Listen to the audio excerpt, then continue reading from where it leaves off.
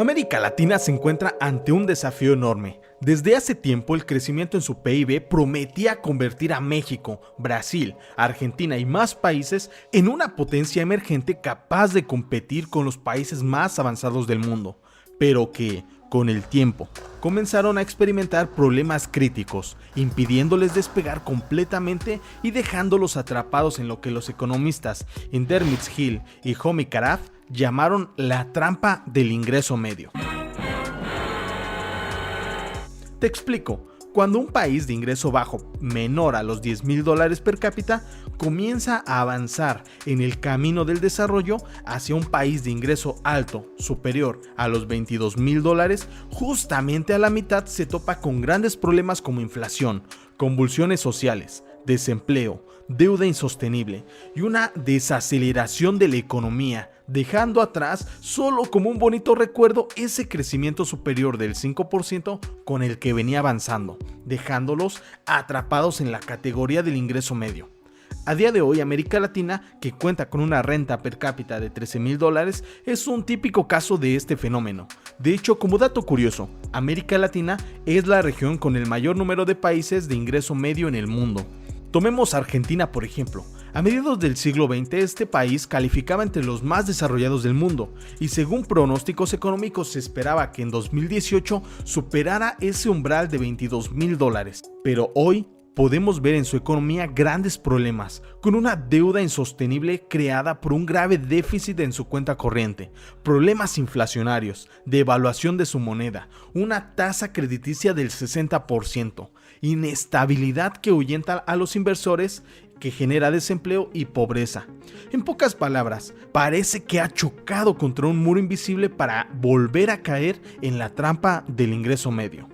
Lo mismo han experimentado países como México, Brasil, Perú, Ecuador, Colombia, Uruguay, Chile, Panamá y muchos más, que se encuentran atascados en este punto intermedio de la transición de un país pobre a un país desarrollado, con rupturas políticas que abren paso a gobiernos autoritarios o pseudo-revolucionarios, pasando de gobiernos de izquierda a gobiernos de derecha, gobiernos que tampoco logran dar con la salida de esta trampa.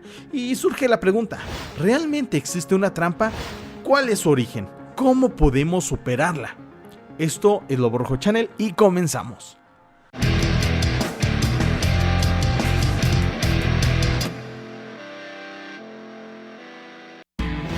La trampa del ingreso medio. Desde hace bastante tiempo los economistas estudian este fenómeno donde los países quedan atascados.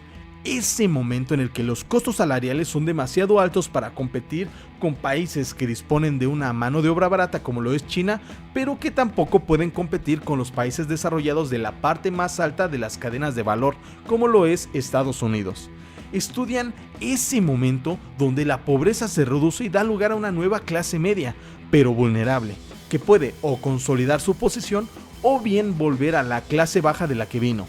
Ese momento en donde el país tiene una industria de transformación mediana pero no diversificada, dependiendo ya sea de algún recurso natural como el cobre o el petróleo, o incluso dependiendo de un único comprador como lo sería China o los Estados Unidos. La trampa del ingreso medio es tan grande que según el Banco Mundial, de los 101 países que entraron a la trampa del ingreso medio desde 1960, a día de hoy solo 13 han logrado avanzar a hacer una economía exitosa de un ingreso superior a los $22,000. Seguro que te suenan los nombres: Japón, Corea del Sur, Singapur, Taiwán, Hong Kong, Eslovaquia, Eslovenia y la República Checa. Pero ¿qué hicieron para superar la trampa? ¿Cuáles son los errores de Latinoamérica y qué puede aplicar para alcanzar el éxito? Bien, según economistas como Alejandro Foxley, hay 4 factores clave para este proceso: la competitividad y productividad, la educación y la innovación, la desprotección de la clase media y las decisiones del sistema político. Bien, veamos cómo evoluciona la economía hasta localizar el momento en el que uno de los países queda atascado mientras que otros continúan avanzando. Ingreso bajo. La economía no está desarrollada. Tiene recursos naturales en abundancia, mano de obra barata en abundancia, pero carece de educación, tecnologías e industria. En este momento debe el gobierno hacer un esfuerzo para invertir en industria y adoptar nuevas tecnologías para apoyar su productividad. Pasar de arar los campos con mulas y hacerlo con tractores para producir más en menor tiempo, para crear así altas tasas de crecimiento. Tomemos a Nicaragua, por ejemplo, que tiene un PIB per cápita de unos $6,200. Sus principales exportaciones son el café, la carne, el oro, caña de azúcar. 48% de sus exportaciones son de producción primaria, pero debe pasar de vender la caña de azúcar a vender azúcar procesada. Esto exigirá conocimiento técnico e invertir en industrias. Entre más industrias, mayor complejidad económica. Conforme va avanzando, el excedente económico le permitirá invertir en infraestructuras, un sistema de salud, educación y demás áreas. Por su parte, la población que tiene acceso a empleos comienza a aumentar sus ingresos, mejora su calidad de vida y ocurre ese momento mágico donde la población pasa de una clase baja a una clase media, con mayores ingresos, mayor consumo y la economía experimenta altos niveles de crecimiento. Conforme más personas pasan de clase media, el país pasa a la siguiente categoría de ingreso medio. Los países con ingreso medio se caracterizan porque tienen una economía más industrial y sus principales exportaciones tienen valor agregado.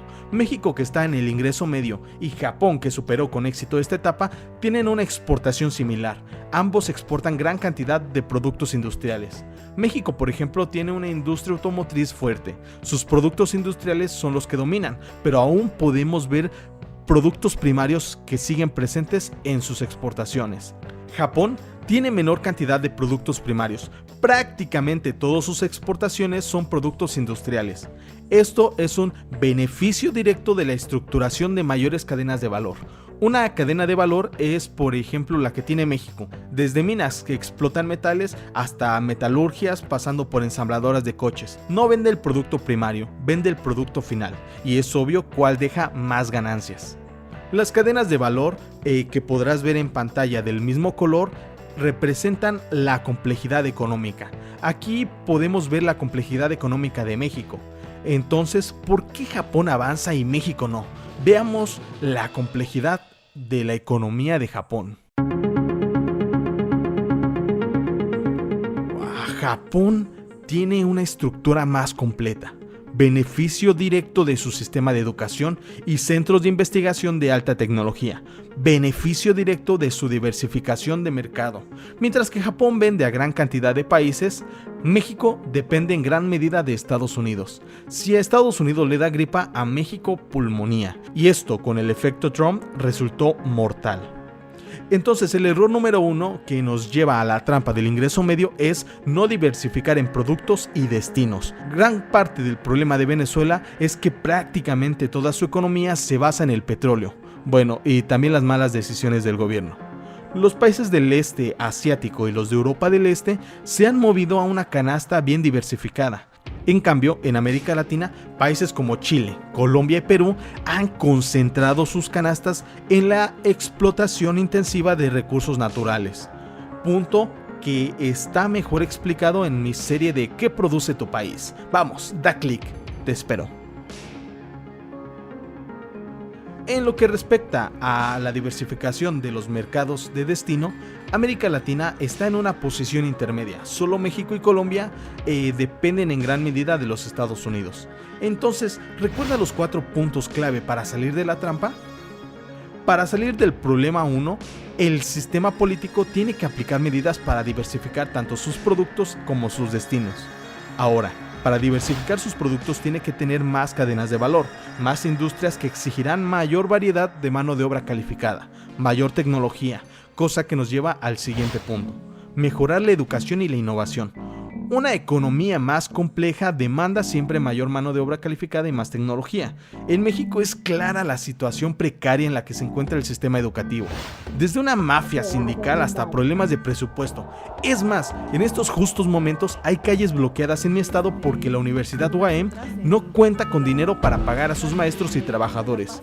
Es más, en toda Latinoamérica es común notar la fuga de cerebros. Vemos noticias de grandes inventores nacionales que triunfan en el extranjero porque su país natal no se interesaba por apoyarlo. Y la población se siente orgullosa porque su connacional está triunfando fuera del país con un invento que no los beneficia. Mientras tanto, en países como Japón, Corea del Sur y China, llevan programas masivos de intercambios y becas de posgrado para sus profesionales y egresados en centros de excelencia de países de primera línea.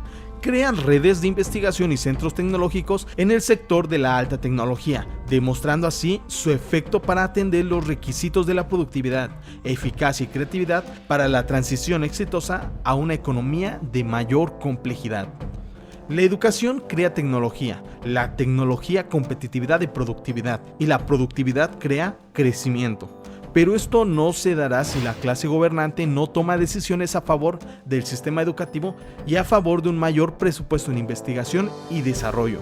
En general, el problema es la incapacidad de las instituciones para proveer estabilidad y buenas decisiones del sistema político. Las buenas decisiones en las políticas económicas son lo mínimo esperado para continuar avanzando. Y si un país no lo cumple, bueno, de ejemplo tenemos a Venezuela.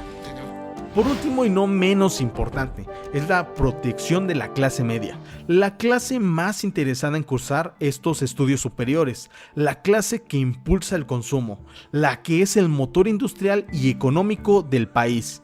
Hay que cuidarla, ofreciendo políticas de carácter social que permitan a clases bajas llegar a la clase media y que al mismo tiempo no caigan en la pobreza. En las últimas décadas, América Latina ha hecho esfuerzos por reducir la pobreza con resultados positivos. Entre los países latinoamericanos, el que más rápido ha reducido la pobreza es Chile, pero al mismo tiempo, su clase media es la menos resistente. Son centenares de miles los que suben a la clase media, pero no tantos los que logran consolidar su posición económica. Es más, son tan vulnerables que en caso de una enfermedad o desempleo, su ingreso se vuelve tan reducido que vuelven a caer en la pobreza. Hay que aclarar que, aún aplicando estas medidas, los problemas seguirán surgiendo. A Finlandia y Corea del Sur, que se les puede catalogar como economías con trayectorias de crecimiento exitosas, aún sufrieron sus crisis financieras. El colapso de la Unión Soviética trajo un impacto sobre las exportaciones de Finlandia, mientras que las de Corea del Sur fue una crisis autoprovocada. Lo realmente importante es transformar las crisis en oportunidades de reestructuración, de reformas y desarrollo económico sostenible en la siguiente fase. Pero si resisten o no a estas turbulencias dependerá en buena medida de las decisiones del gobierno y la tenacidad de la clase media para salir adelante y no retroceder. Pues bien lo dijo el economista Peter Drucker: no hay países subdesarrollados, sino mal gestionados. Con esto me despido y nos vemos en el próximo video. Chao, chao.